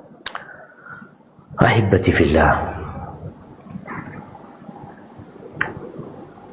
Kalau kita memberikan nasihat kepada saudara kita, menunggu kita sempurna,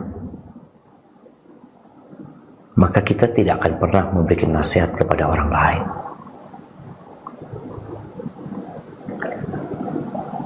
Makanya di surat Al-Balad ini Allah sebutkan orang-orang beriman ini adalah orang yang watawasau bis sabri watawasau bil marhamah. Dia terus memberikan wasiat ya untuk saling sabar, untuk saling menyayangi ya.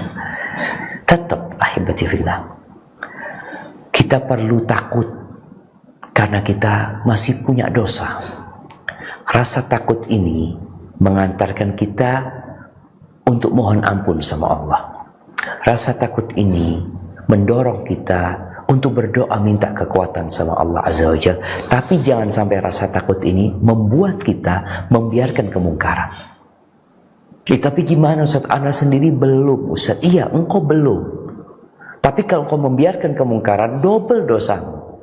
Udah berbuat dosa, membiarkan kemungkaran lagi. Terus gimana? Engkau niat dalam hati untuk memperbaiki diri. Dan tatkala engkau melihat saudaramu melakukan sebuah kemaksiatan, engkau tegur dia. Dia saudaramu itu. Dan kalau dia melihat engkau berbuat dosa, dia menegurmu.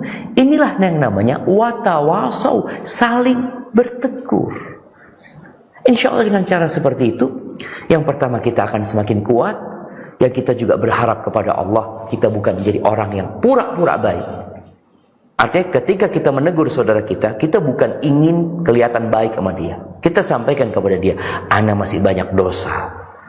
Tapi ya kita saling menegur lah. Kalau aku berbuat dosa, kau ingatkan aku. Karena harapannya kita bisa bersama-sama menuju surga Allah SWT. Barakallahu fiik. Mungkin kita ke pertanyaan terakhir, Dea. Nah Ustadz, pertanyaan terakhir Ustadz.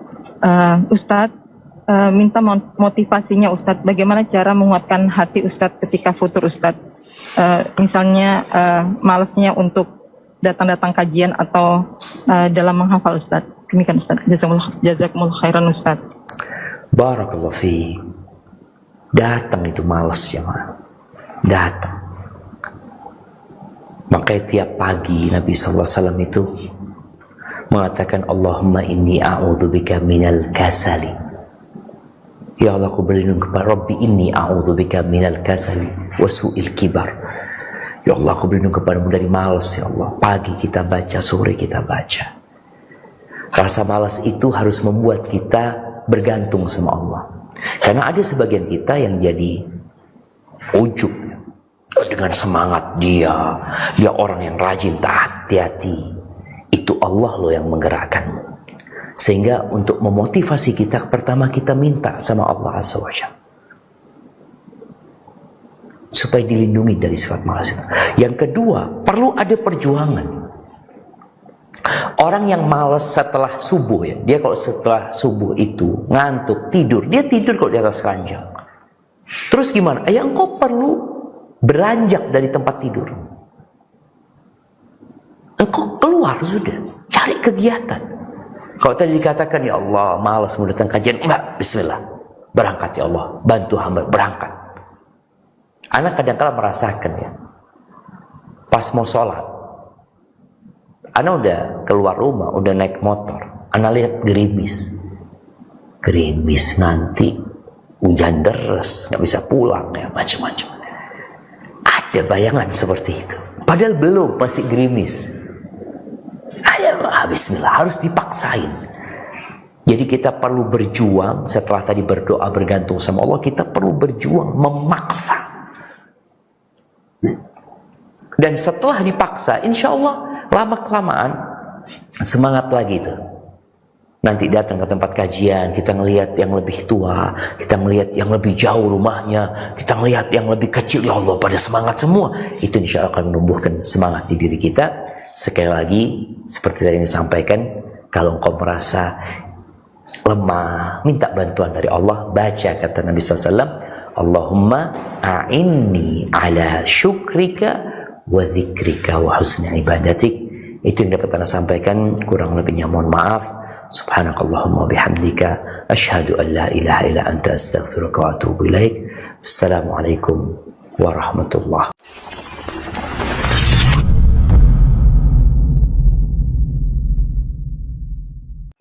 A'udzu billahi minasy syaithanir rajim. Bismillahirrahmanirrahim. Wal fajr wa layalin 'ashr. والشفع والوتر والليل إذا يسر هل في ذلك قسم لذي حجر. Assalamualaikum warahmatullahi wabarakatuh. كيف فعل ربك Allah Ar-Razzaq, Dzul Quwwatil Matin. Dialah yang memberikan rezeki, dan dialah yang maha kuat dan maha perkasa. Kelak rezeki yang Allah berikan kepada kita akan ditanya, dari mana kita mendapatkan dan kemana kita infakkan. Alhamdulillah, Yayasan An-Najiyat membangun sebuah pesantren dengan nama Ma'had Al-Afaf ya, yang berada di Pasaman Barat. Al-Rasa ini menjadi salah satu tempat bagi kita untuk menginfakkan harta kita di sana. Dan yakinlah, mana qasad sadaqatun min mal, sedekah itu tidak akan mengurangi harta kita. Bismillah, alhamdulillah, wassalatu wassalamu ala rasulillah, haula wala quwata illa billah. Para pemirsa dan para muslimin yang dimuliakan Allah Subhanahu wa taala, saat ini saya sedang berada di lokasi pembangunan Ma'had Al-Afaf di Pasaman Barat yang sedang berlangsung pembangunannya. Ada pembangunan masjid dan juga pembangunan asrama, pembangunan lokal dan juga rumah para pengajar. Alhamdulillah, pembangunan sudah mulai berjalan ya, sebagaimana yang antum saksikan sekarang. Pekerjaan masih dalam proses ya, masih dalam tahap pembangunan. Kami tetap berharap dukungan doa dari antum, semoga pembangunan Ma'had Al-Afaf ini dimudahkan secepatnya bisa kita manfaatkan untuk pendidikan putra-putri kita dan mencetak generasi Islam yang akan sebagai penerus generasi ya umat ini dan juga bagi pembangunan bangsa dan negara kita ke depannya. Maka tidak lupa kami berharap kepada antum semua doanya dan juga dukungan donasi ataupun yang bisa diberikan untuk masukan-masukan untuk kelancaran pembangunan ini.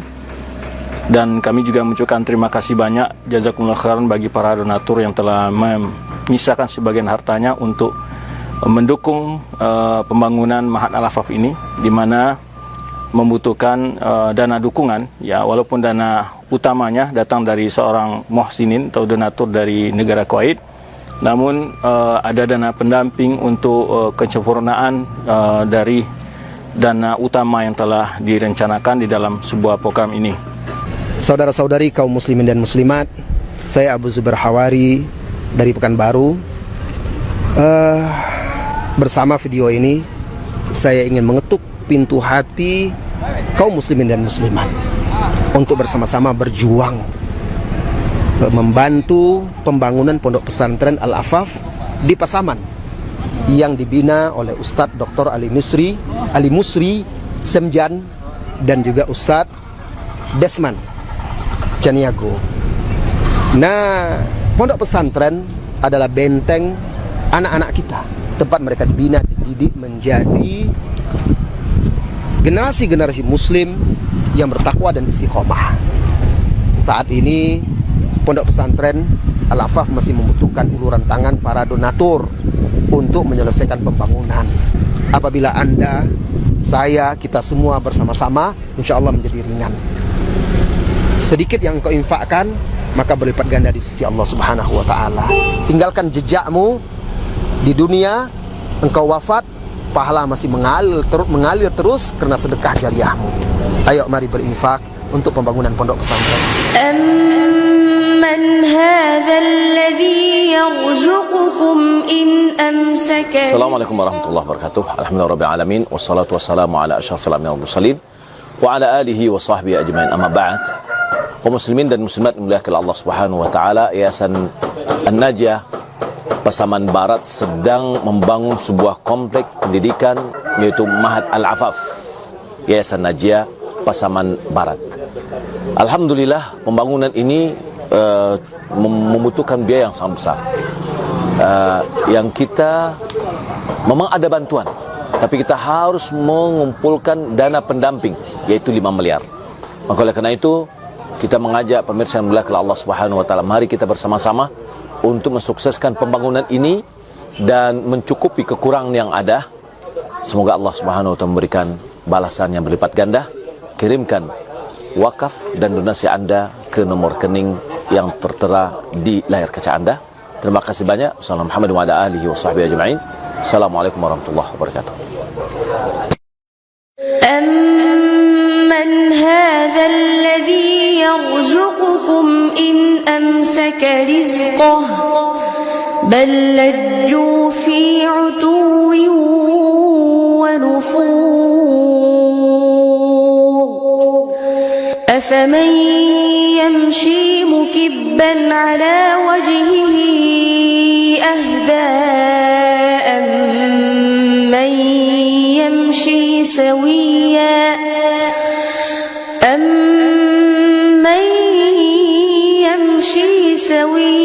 على صراط مستقيم للمتقين مفازا حدائق وأعنابا وكواعب Assalamualaikum warahmatullahi wabarakatuh. Kaum muslimin, kaum muslimat yang dimuliakan oleh Allah Azza wa Jal, Yayasan An-Najah di Pasaman Barat membutuhkan bantuan donasi Anda untuk menyelesaikan proyek pembangunan pesantren yang mendidik anak-anak kaum muslimin, kaum muslimat yang ada di Sumatera Barat dan provinsi yang berada di sekitarnya. Semoga amal jariah yang Anda berikan, berapapun rupiahnya, dicatat oleh Allah Azza wa Jalla sebagai amal soleh yang menyelamatkan kita, Anda dan semuanya di dunia dan akhirat. Assalamualaikum warahmatullahi wabarakatuh. Kaum muslimin dan muslimat di mana saja antum berada, semoga senantiasa dirahmati Allah Subhanahu wa taala. Saudara kita kaum muslimin yang berdomisili di Pasaman Barat memiliki lembaga pendidikan Ma'had Al-Afaf yang dinaungi oleh Yayasan An-Najiyah Pasaman Barat. Sekarang mereka dalam proses pembangunan sarana ibadah, pendidikan dan juga asrama bagi santri dan juga tenaga pengajar. Oleh karena itu, pada kesempatan yang mulia ini kami mengajak kaum muslimin di mana saja berada untuk ikut berpartisipasi, memberikan yang terbaik dari kekayaan harta yang Allah curahkan pada kaum muslimin untuk membantu saudara-saudara kita di Pasaman Barat menyelesaikan proyek pendidikan dakwah yang bertujuan untuk mendidik generasi Islam yang akan melanjutkan tongkat estafet perjuangan Islam menuju masyarakat yang mulia, bermartabat, memiliki akidah yang benar, akhlak yang mulia dan amal yang soleh, sehingga mereka menjadi orang-orang yang akan membuka pintu kebaikan.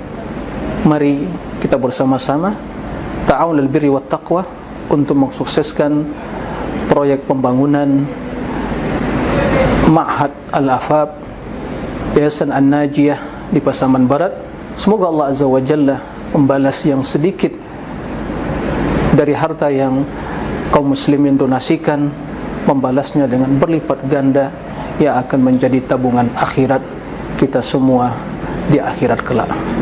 Demikian, mudah-mudahan Allah mengetuk pintu hati kita dan membuka tangan kita dan juga menggunakan jari jemari kita untuk bisa mentransfer apa saja yang mampu kita bisa transfer ke rekening yang telah disediakan oleh Yayasan An-Najiyah. Demikian, wassalamualaikum warahmatullahi wabarakatuh. Bismillahirrahmanirrahim.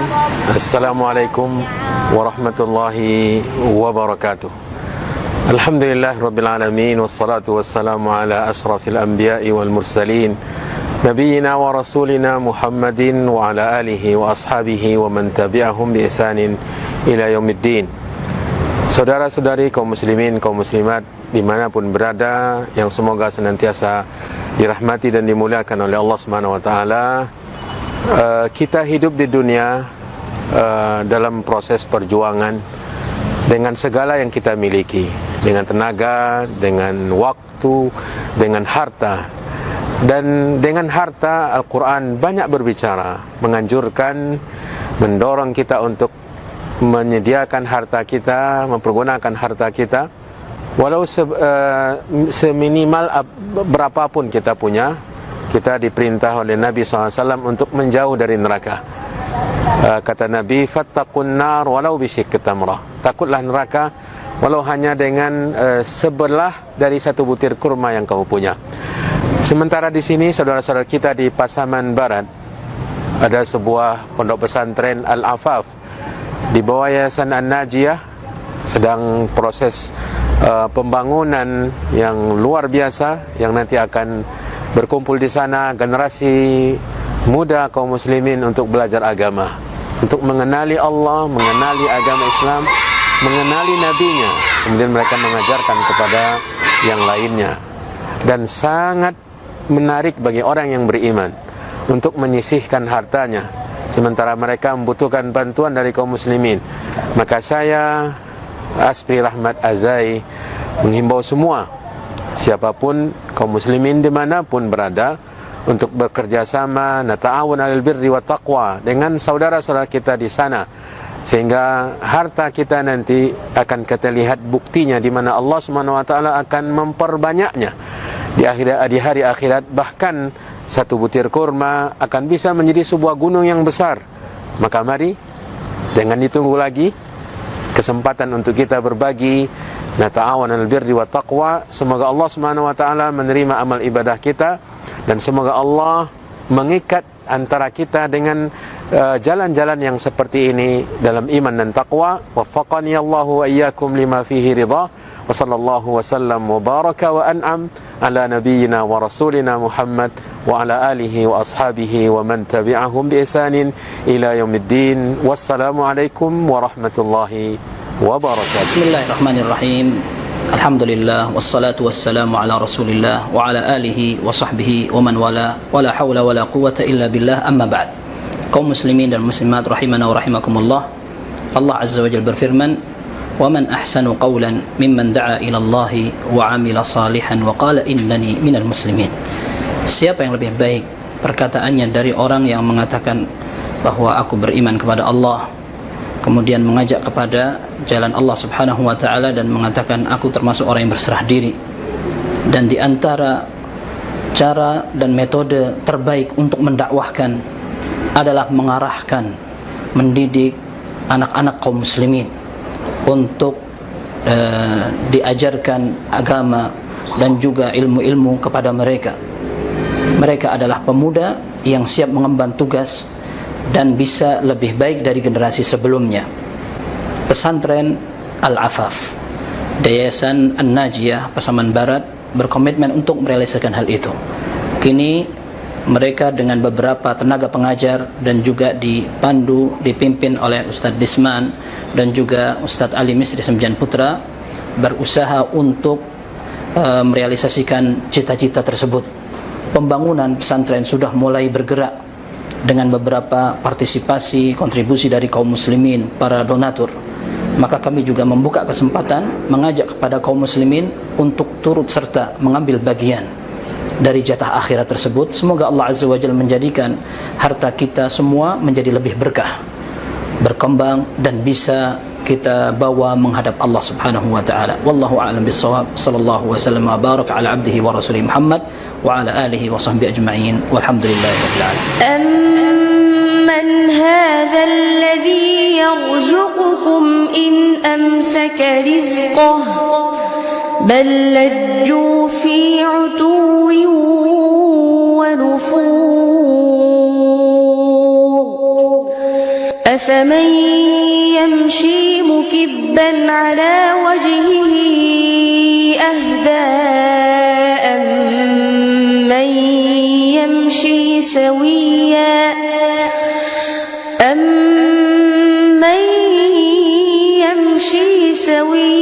على صراط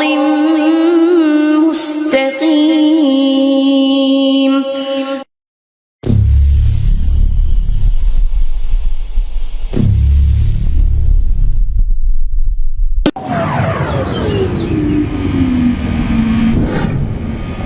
يا أيها الذين آمنوا أنفقوا من طيبات ما كسبتم ومما أخرجنا لكم من الأرض ولا تيمموا الخبيث منه تنفقون ولستم بآخذيه إلا أن تغمضوا فيه واعلموا أن الله غني حميد.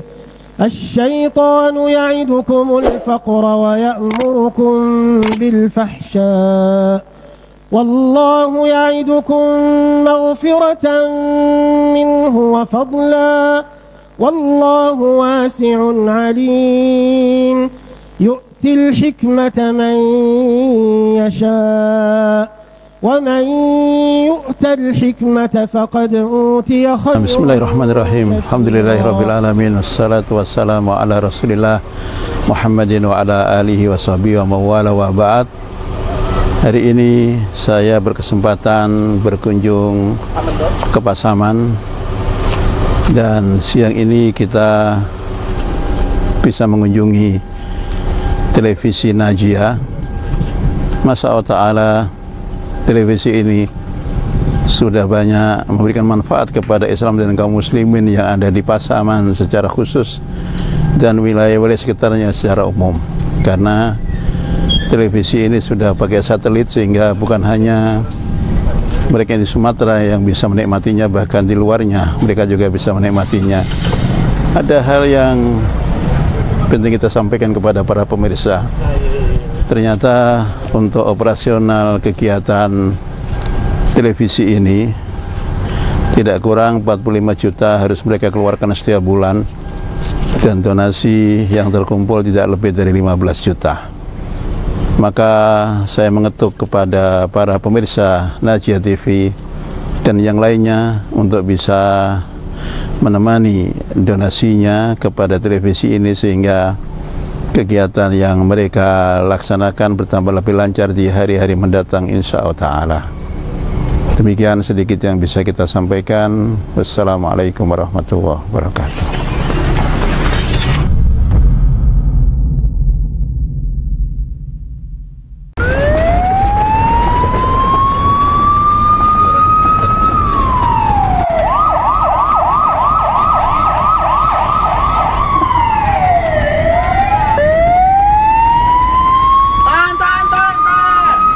Bismillahirrahmanirrahim. Assalamualaikum warahmatullahi wabarakatuh.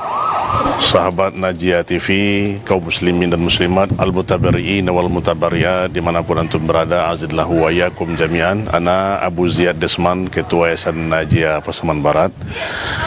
Saat ini Ana menyampaikan kepada kita semua, di Pasaman Barat hari ini adalah sebuah daerah yang dimana rawan dari terjadinya musibah bencana, apakah musibah tanah longsor, musibah banjir, dan juga musibah-musibah lain yang gempa bumi yang terjadi beberapa yang lalu, dan juga akses dari kaum muslimin yang sangat susah mendapatkan pengadaan dari ambulan, ketersediaan ambulan yang sangat terbatas di Kabupaten Pasaman Barat, di mana jarak tempuh rumah sakit dari kota Pasaman Barat ini dari Sepangpat ke Padang itu menempuh kurang lebih 3,5 jam, sementara ketersediaan ambulan sangat minim sekali. Nah, melihat kondisi ini, kita dari Yayasan Najia bermaksud untuk membantu kaum muslimin, untuk memberikan pelayanan kepada mereka dengan ambulan gratis yang kita sediakan untuk mereka melayani kebutuhan mereka dalam membawa keluarga mereka yang sakit ke rumah sakit, ya, dalam pengobatan, dan juga di daerah-daerah bencana yang sangat urgen untuk kita adakan.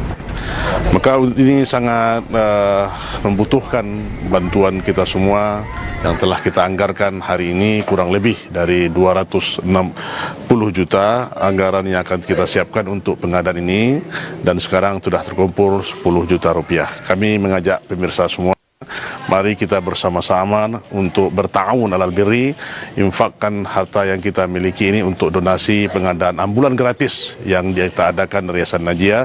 Semoga amal jariah yang kita keluarkan ini akan mengalir terus dan akan menjadikan timbangan hasanat kita di yaumul mahsyar kelak. Demikian yang dapat kami sampaikan. Akhul kalam, wabillahi taufiq wa hidayah. Wassalamualaikum warahmatullahi wabarakatuh. Bismillahirrahmanirrahim. Assalamualaikum warahmatullahi wabarakatuh. Alhamdulillahirrabbilalamin. Wassalatu wassalamu ala asrafil anbiya wal mursalin wa ala alihi wa sahbihi wa man tabi'u bi ihsan ila yaumil wa ba'du. Pemirsa Najia TV, saudara-saudariku kaum muslimin dan muslimat, muhsinin dan muhsinat dimanapun antum berada, azillakum ya jami'an. Sekarang Ana sedang berada di lokasi pembangunan studio Najia TV dan juga studio Pasaman FM, radio Pasaman FM yang mengudara di Sumatera Barat dan khususnya Pasaman Barat. Dan saat ini tengah berlangsung pembangunan studio ini untuk persiapan secepatnya, karena alhamdulillah alat-alat radio kita sudah standby untuk disiapkan, dan juga perpindahan dari studio Najia TV yang kemarin di lokasi yang sangat sederhana, sekarang insya Allah kita akan bangun